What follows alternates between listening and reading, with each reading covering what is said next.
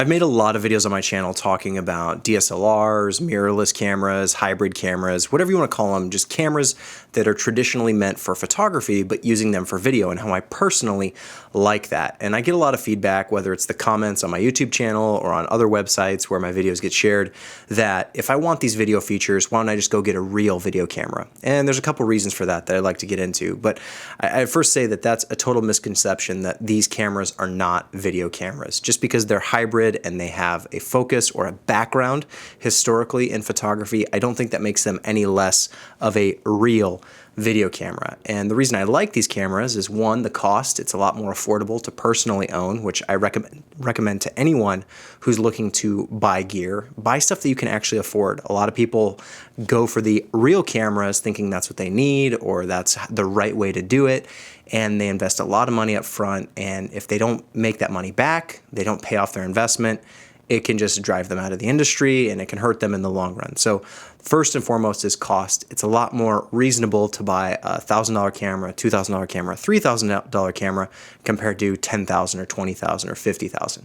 So just right off the bat, the financial investment is a big portion of it. But understandably, if you're using the camera for work, you should have a business plan to pay off your investment. So while there are people who buy the real video cameras and they spend a lot of money, they do and they are able to pay that off through the work that they do, which is great, should be the goal for everyone. If you're trying to do this professionally, you want to pay off the gear that you buy. But it's a lot easier to do that for starting out and down the road if you buy stuff that's a little bit more affordable and more in your price range. So that's number one.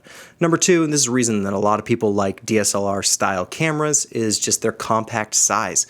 It's a lot easier to transport, to move around, to rig them out if you need to, or keep them small and condensed, and that compact size can allow for a variety of shots that you couldn't normally get.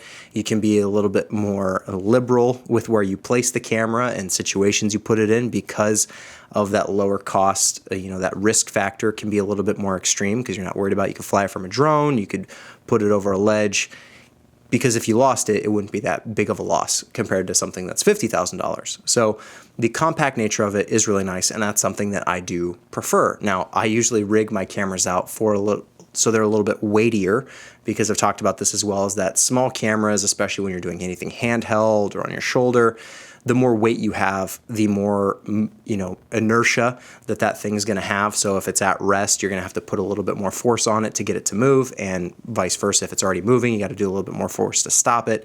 So that can help balance it out and give a little bit more smooth looking footage. But it's also really convenient if you have a small camera to be able to put it on a drone or a gimbal or something else that may not be able to hold a lot of weight. So compact nature is a huge benefit, and why I would say, don't discount these cameras as not being real video cameras. If they shoot video and you get all these nice benefits, keep that in consideration when you're making your decisions. And another reason I like it, it's kind of tied into the compact nature of the camera, but most of these cameras you can kind of pick up and you're ready to shoot. You've got your LCD monitor right there. You've usually got a battery in the camera that's ready to go. And as long as there's a lens attached, there's not a lot of extra rigging that you need to do. There's no cables to attach, no battery packs to put on, no LCD monitor to mount.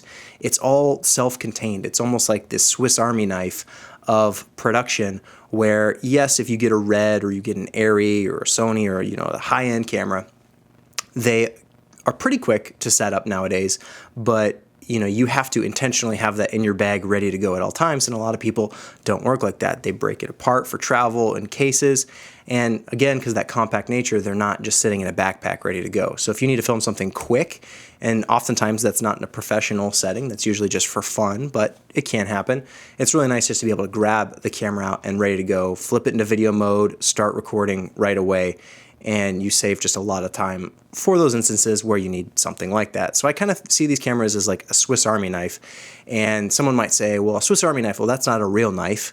You need it. I think there's a movie clip, I'm sure. So like, that's not a real knife. The Crocodile Dundee, I think.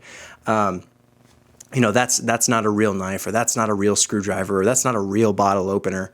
Well, sure, but it's a Swiss Army knife. It can do all of those things, and instead of having a knife, instead of having a screwdriver or a power drill or whatever can get the job done, or a bottle opener, you say, well, I would just rather have all of these things. Yes, it's not the ideal form of each of those, but it doesn't make them any less real or authentic. And a lot of people, the same people who will tell you that you should go get a real video camera, oftentimes talk about how the gear doesn't matter. It's all about talent and your skill level, which is absolutely true. So that's why I don't understand those same people advocating go get a real camera. I mean, a real video camera, an iPhone can be a real video camera depending on how you use it. So I totally think it's a misconception to discount any of these cameras, whether it's a 5D, a GH4, an NX1.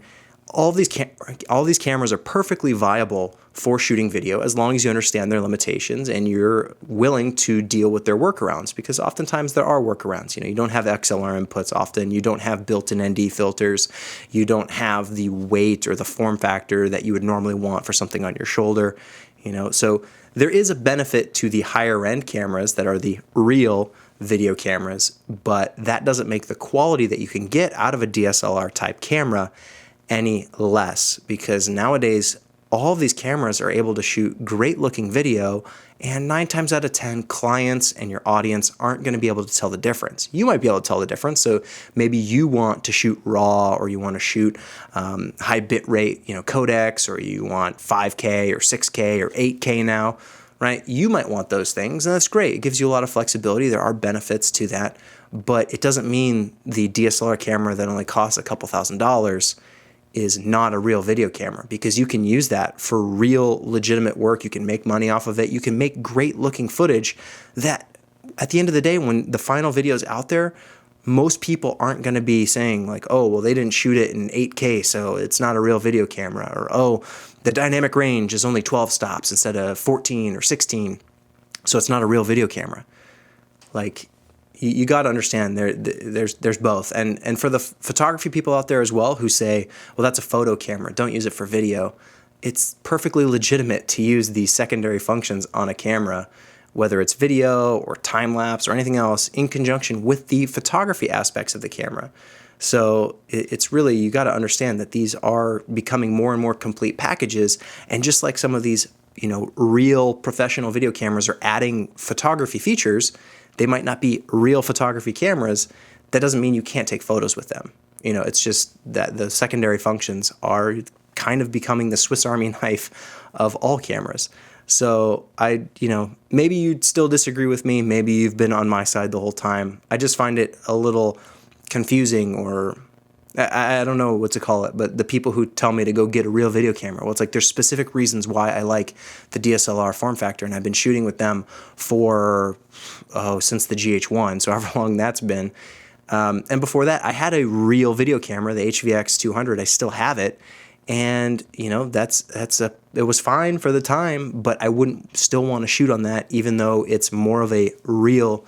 I do the air quotes the whole time, but I feel like I have to do that because it's just such a silly phrase, a real video camera. Yeah, that's a real video camera, but I would much rather shoot on my GH4 than my HVX 200. Granted, it's a lot older, but there are also reasons why I would pick a GH4 over a C300 or a Red for that case, or an Arri Alexa. Everything, you pick the right tool for the job. Sometimes you need a power drill, but other times you need a knife, a screwdriver, and a bottle opener.